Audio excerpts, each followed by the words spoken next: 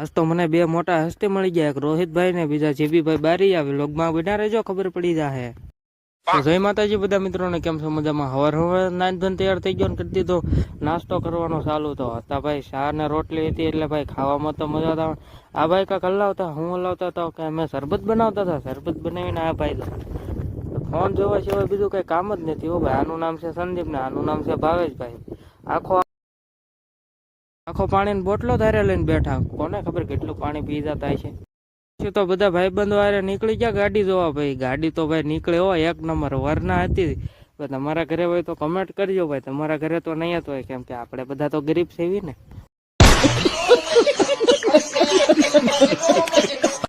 હવે તમે આ બધાનું પીડમાં કામ જોવો ભાઈ, કેમ બધું લઈ જાય ને કેમ બધું કરે. ઘડીક વાર તમે મોજ માણો ખાલી, એટલે તમને ખબર પડી જાય કે અમે કેટલા ઝડપી કામ વાળે. આ ભાઈબંધ કારુનો મને કે મને વ્લોગમાં લે ને છેલ્લે તો એ લાકડું મને માર્યું. જોજો હમણાં આવો તમે.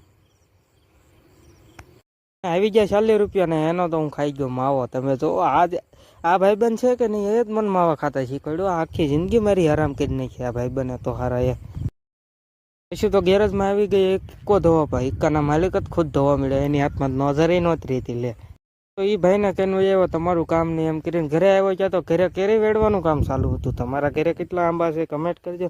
મારા ઘરે તો 2 આંબા છે. અને પછી તો મેં ખાઈ લીધો લાડવો. હો ભાઈ, અમારે આજ પ્રસંગ હતો ને તે લાડવા આવ્યા હતા, ત્યાંથી મોજ પડી ગયો.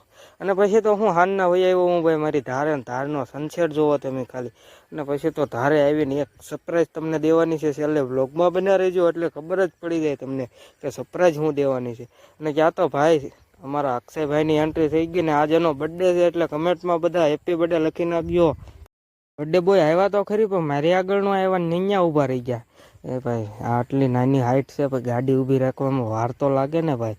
એટલે તો પછી તો હું હળું ગાડી બંધ કરી. બેટા નીચે આવો, દેખીએ બેટા મેરા માથે.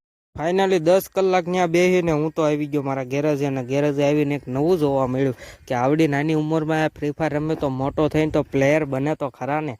પછી તો વિશાલભાઈએ ટાયર કરી દીધું ખોલવાનું ચાલુ ને ભાઈ. આપણે એક હસ્તી આવ્યા હતા ને ત્યાં મળવા જવાનું હતું. એટલે ભાઈ આપણે હસ્તી હતા આપણા જેબીભાઈ બારીયા. કેટલા દિવસથી મેળા નહોતા એટલે મળી લીધું ને ફાઇનલી હવે આપણે મળી લીધું રોહિતભાઈને. અને રોહિતભાઈને મળીને આનંદ છો ભાઈ.